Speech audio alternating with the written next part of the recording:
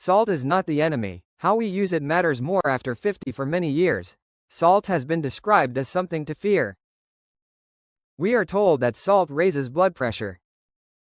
That salt harms the heart. That salt should be avoided as much as possible. These statements are not entirely wrong, but they are incomplete. When advice is incomplete, people often respond with extremes. Many older adults begin eating as little salt as possible. Some stop seasoning their food altogether. Some lose enjoyment in eating, believing that bland food is the price of staying healthy. But the aging body does not function well at extremes. It does not thrive on as little as possible, it thrives on balance. Salt is not just a flavoring. In the body, salt provides sodium, an essential mineral. Sodium plays a central role in transmitting nerve signals, enabling muscle contraction, maintaining blood volume, stabilizing blood pressure throughout the day. When we are younger, the body regulates sodium efficiently. If salt intake is higher one day, the kidneys excrete more. If intake is lower for a short time, the body compensates. After the age of 50, this flexibility decreases. Kidney function changes gradually. Thirst perception becomes less reliable. The nervous system becomes more sensitive to shifts in electrolytes. When sodium intake is too low for a long period of time, the body may respond quietly at first. Fatigue becomes more common. Lightheadedness may appear when standing up. A general sense of weakness can develop without a clear cause. Many people assume these changes are simply part of aging. Often, they reflect mild but persistent electrolyte imbalance. To truly understand salt, we must look at how it interacts with the heart and the nervous system. The heart does not operate independently. It is continuously regulated by signals from the nervous system. These signals depend heavily on sodium. Sodium supports the electrical activity that keeps the heart beating in a steady rhythm. It helps regulate how strongly the heart contracts. It contributes to stable blood pressure throughout daily activities. After 50, the autonomic nervous system becomes more reactive.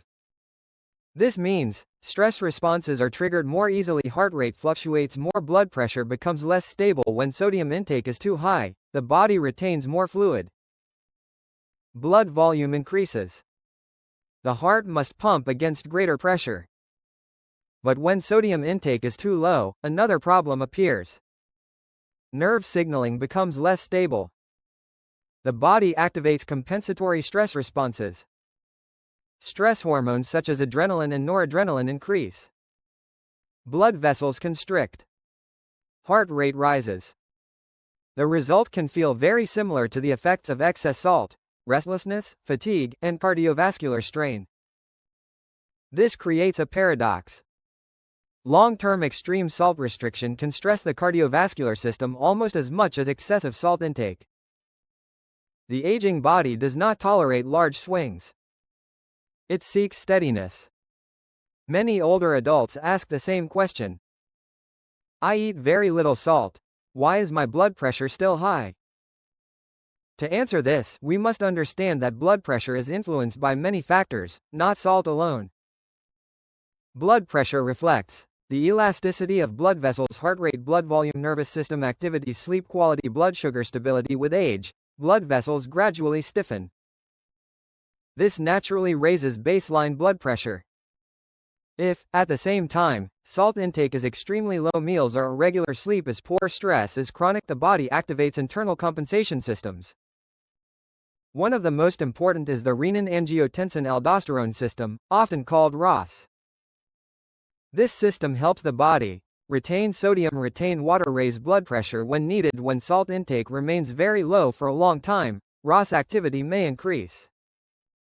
The body becomes more protective of sodium. Blood vessels constrict more easily. Blood pressure may remain high or fluctuate widely. This explains why some people eat very bland food yet still struggle with high blood pressure. The solution is not further restriction. The solution is restoring physiological balance. Another important part of the conversation about salt involves where it actually comes from. Many people think salt intake depends mainly on what they add at the table. In reality, for most adults in the United States, the majority of sodium comes from foods that are already prepared. Common sources include packaged bread and baked goods, canned soups and broths, processed meats, ready-made sauces and dressings, frozen or convenience meals. These foods often do not taste particularly salty. Sodium is added for preservation, texture, and flavor stability. This creates a quiet problem. People may cook lightly at home, yet still consume high levels of sodium every day without realizing it. The issue is rarely a single meal. It is long-term accumulation. Over years, this steady intake places ongoing pressure on blood vessels, kidneys, and the heart. After 50, the body no longer responds well to rigid rules. Very high salt intake creates strain. But extreme restriction also creates internal stress. The goal is not elimination. It is appropriate use. A sustainable approach includes limiting heavily processed foods when possible, spreading salt intake evenly across meals, pairing meals with potassium-rich foods such as vegetables and fruits, maintaining adequate hydration, eating meals at consistent times. Most importantly, it involves listening to the body. The body communicates through subtle signals. Energy levels throughout the day, dizziness or lightheadedness, sleep quality, heart rhythm, overall comfort after meals. These signals often provide better guidance than strict numerical rules. Salt is not the enemy. But it is not harmless when misunderstood. The aging body does not ask for perfection. It asks for balance. When salt is used thoughtfully, the body works with less strain. The heart beats more steadily. The nervous system feels safer. Energy becomes more consistent.